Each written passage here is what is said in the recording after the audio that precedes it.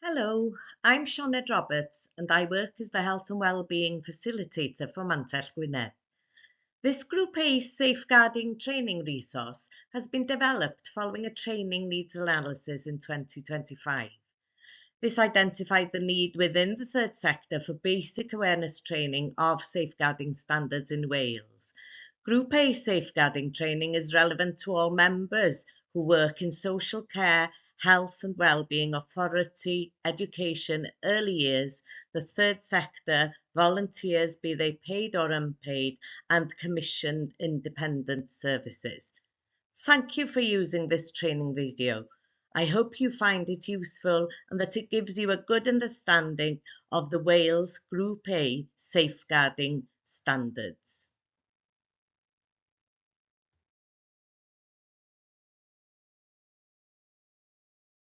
Croeso. Welcome to the safeguarding training for Group A. My name is Paul Jones and I'm an independent social worker. I specialise in safeguarding training as I work with children, young people and their families. You might be already aware that Social Care Wales have recently facilitated a multi-agency working group to develop the National Safeguarding Training, Learning and Development Standards. This means that various practitioners will need to complete specific safeguarding training linked to their role. For further information in regards to these new standards, please open the QR link shown on the screen. In addition to this short presentation, you may also wish to complete the formal safeguarding training by Social Care Wales for Group A practitioners. The Welsh version is available on the QR code on the left, and the English version is available on the QR code on the right. This presentation will be discussing abuse, and this may upset you. You may choose to pause the video and start again later on. If after the training you need to speak to someone, you can contact Mantell Gwynedd, Gorwel, Samaritans, Mind, or the Live Fear Free helpline.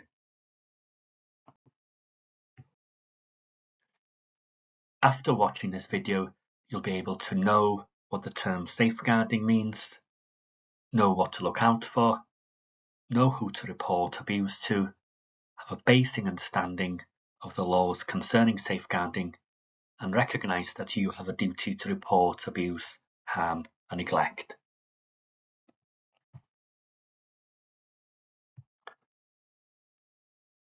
Whatever your role is, safeguarding is everyone's responsibility. What does safeguarding mean? Safeguarding is about protecting children and adults from abuse, harm or neglect, and educating those around them to recognise the signs to prevent abuse, harm or neglect as much as possible.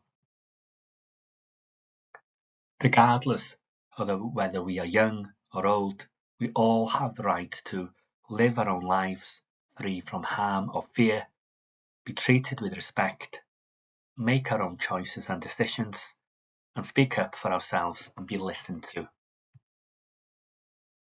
It's very important to remember that your actions in telling someone that you think abuse is happening could keep someone safe. So what does safeguarding mean for you? Whatever your role, you should work together for everyone's safety, use respectful language, be open and non-judgmental, be ready to listen and act, always be alert, and prevent harm as much as possible by early intervention.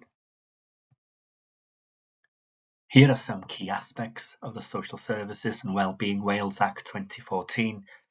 Voice and control, giving the individual a voice in their care and control over how they reach positive outcomes.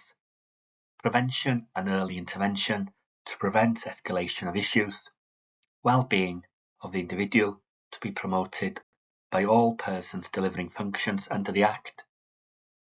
Co-production between the individual and agencies, and across agencies and sectors, co-producing services and solutions, multi-agency, in this case, safeguarding is everyone's business, principles of the Act, applying across all parts, including Part 7 of safeguarding.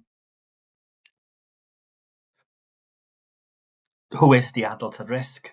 The adult at risk is 18 and over, is being abused or neglected, or there is risk that they will be, has care and support needs, and cannot keep themselves safe from abuse or neglect. Who is the child at risk? The child at risk is being abused, neglected or harmed, or maybe in the future, and has needs for care and support. We will now be looking at the 5 different categories of abuse. Physical abuse.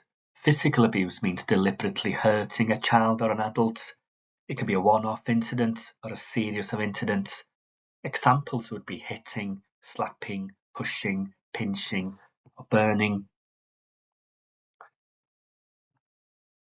The signs and symptoms of physical abuse might be bruising that's inconsistent with the explanation, scratches or scrapes, especially around the neck, wrist or ankles, unexplained fracture, skin tears, bruises or burns, cowering or flinching, or trying to hide injuries.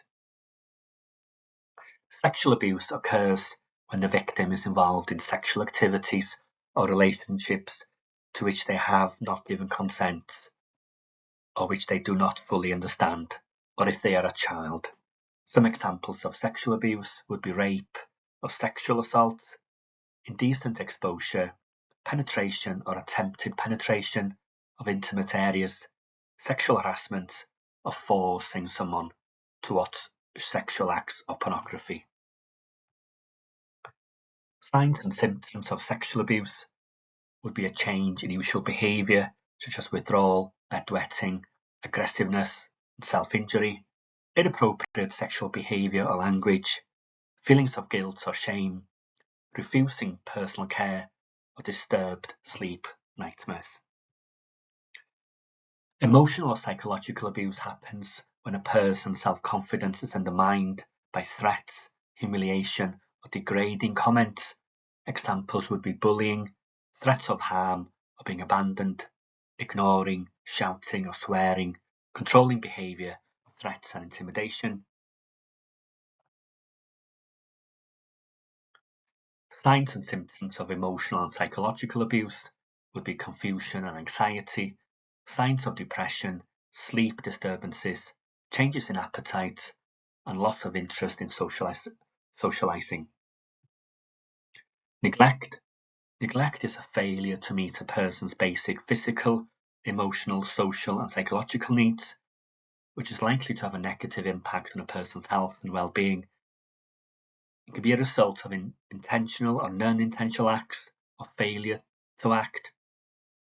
This includes not stopping behaviour that's harmful to them or others. It can be a one-off incident or a series of incidents. The signs and symptoms of neglect would be poor personal hygiene, failure to give medication, dehydration or weight loss, unkept appearance or unsuitable clothing for the weather or situation, repeated or unexplained accidents. Financial abuse happens when someone uses another person's money or property inappropriately, for example, theft of items or money, pressure to give money or items, unexplained withdrawal of money, unusual interest from a third party in financial matters, and purchases that are unrelated to the individual's needs, such as a car or a holiday. The signs and symptoms of financial abuse would be not able to pay bills with no explanation, sudden withdrawal of money from accounts, things of value going missing, person managing finances is hard to get hold of or uncooperative, poor financial recording or monitoring in a care setting. So for further signs and symptoms, I recommend that you pause the video at this point, open up your camera on your phone and download the following QR codes. So the first QR code provides further information in regard to the signs and symptoms of abuse relevant to children at risk, and the second provides further information in regard to the signs and symptoms of abuse relevant to adults at risk. We are now moving on to consider other various forms of abuse. Domestic abuse, any instance or pattern of incidents of controlling, coercive, or threatening behaviour, violence or abuse between those aged 16 years and over who are or have been intimate partners or family members, regardless of gender or sexuality. The following types of abuse may be included in domestic abuse: emotional, psychological, physical, sexual, financial, and neglect. Modern-day slavery is the severe exploitation of other people for personal or commercial gain. Modern slavery is all around us, but often just out of sight. From the outside, it can look like a normal job. Things like making our clothes, serving our food, picking our crops, working in factories, or working in houses as cooks, cleaners, or nannies. But these individuals face violence or threats, be forced into huge debts, or have their passports taken away. Human trafficking is a form of slavery. It involves forcing children and adults to move in order for them to be exploited in some way, moving them to another place within one country or often another country, using threats, force, or deception to make them do something against their will, using them to make money or provide services for the traffickers. They may look underfed, be unwell, or injured, or seem frightened. They may be unwilling to talk, or they may be living in overcrowded housing. Sexual exploitation is the coercion or manipulation of children or adults at risk into taking part in sexual activities. It is a form of sexual abuse involving an exchange of some form of payment that can include money, mobile phones, and other items such as drugs, alcohol, a place to stay, or protection, or affection. Children or adults at risk are often unable to recognize the exploitative nature of these relationships and give consent. Forced marriage is any marriage where one or both people do not or cannot consent to the marriage and pressure or abuse is used. The pressure put on people to marry against their will can be physical, including threats, actual physical violence and sexual violence, or emotional and psychological, for example, when someone is made to feel like they're bringing shame on their family. Financial abuse, taking individuals' wage and not giving them any money, can also be a factor used to control individuals or force them to comply with the marriage. Female genital mutilation, FGM, is when the female genitals are deliberately cut, injured, or changed, but there's no medical reason to do so. It is also known as female circumcision or cutting, and by other terms, FGM is usually carried out on a young girls between infancy and age of 15, but most commonly before puberty starts. It's illegal in the UK and is recognised as child abuse. It's very painful and can seriously harm the health of women and girls. It can also cause long-term problems with sex, childbirth, and mental health. Hate crime. Hatred is a strong term that goes beyond simply causing offence or hostility. Hate crime is any criminal offence committed against a person or property that is motivated by the offender's hatred of someone because of their race, colour, ethnic origin, nationality or national origins, religion, gender or gender identity, sexual orientation or disability. Radicalisation. Radicalisation is a process by which an individual or group comes to adopt increasingly extreme political, social or religious ideas and aspirations that may place them or the public in danger if they act upon those beliefs. Local authorities have a duty to identify vulnerable individuals and families at risk of radicalisation from all forms of extremism. Institutional abuse can occur in any setting or in a person's home where the care is inflexible or degrading.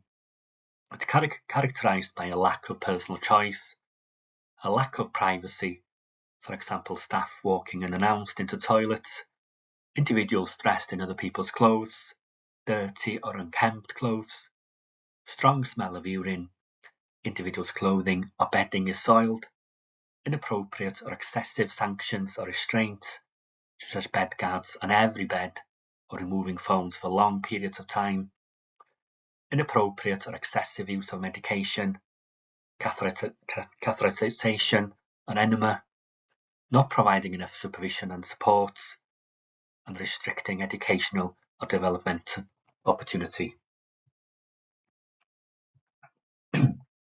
We need to be mindful of our own assumptions that might be very inaccurate. We might assume that categories of abuse such as county lines, modern-day slavery and child sexual exploitation do not happen within our own rural communities in North Wales, and that they only happen in large cities such as Cardiff, Liverpool and Manchester. We need to be aware that these categories of abuse do happen in North Wales, and therefore we need to be aware of what they are and be able to report it. If there's an immediate concerns about a child's or an adult's safety or a criminal offence has occurred, you should phone the police. Remember, your role is to report concerns. Your role is not to investigate abuse. What should you do when a child or an adult at risk tells you something? They are disclosing abuse to you. You need to stay calm, listen carefully, take it seriously. Tell the child or the adult at risk that they have done the right thing in telling you. Explain who you need to share the information with, your designated safeguarding person. Follow your organisation's procedure. Make accurate notes using the child or adult's risk's own words, and consult immediately on the same day with your designated safeguarding person. You shouldn't react strongly to a disclosure, for example saying how awful. You shouldn't stop someone who is speaking freely and interrupt them. You shouldn't jump into conclusions, especially about the abuser. Don't ask leading questions. Use your own words to describe events. You shouldn't investigate. We shouldn't promise confidentiality. We shouldn't deal with it alone, and we shouldn't contact the alleged abuser. Remember, if you see or hear something that causes you concern, you must always report to the designated safeguarding person. So when making a safeguarding report, you should make a report even if you do not have a lot of information, but if possible, focus on the signs and symptoms of possible abuse or neglect. Be clear, include details of your concerns, and record the information. Whistleblowing. Whistleblowing means that if an employee believes there is wrongdoing in the workplace, such as that abuse or neglect or a criminal offence has been committed, and this can be reported and the employee is protected. These are the references I've used to complete this presentation.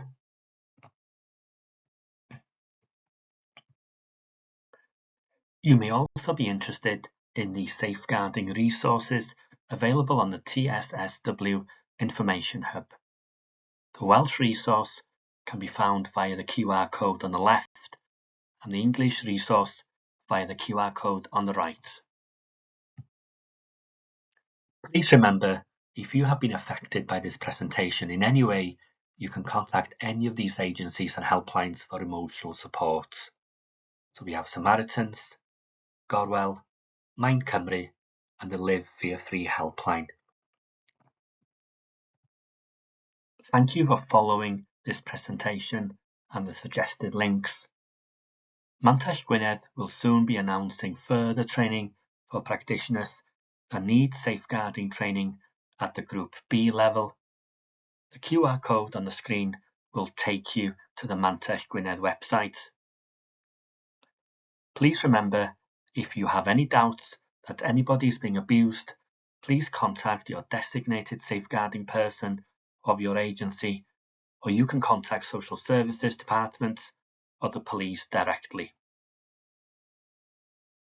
Diolch yn fawr. Thank you.